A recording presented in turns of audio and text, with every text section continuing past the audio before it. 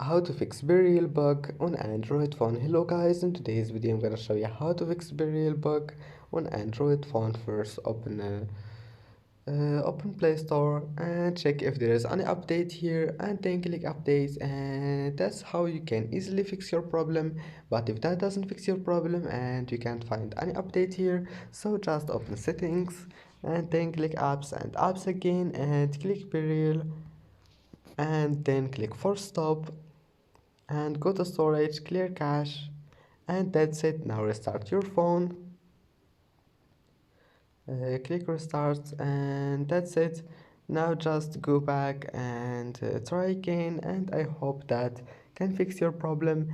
And that's it for today's video.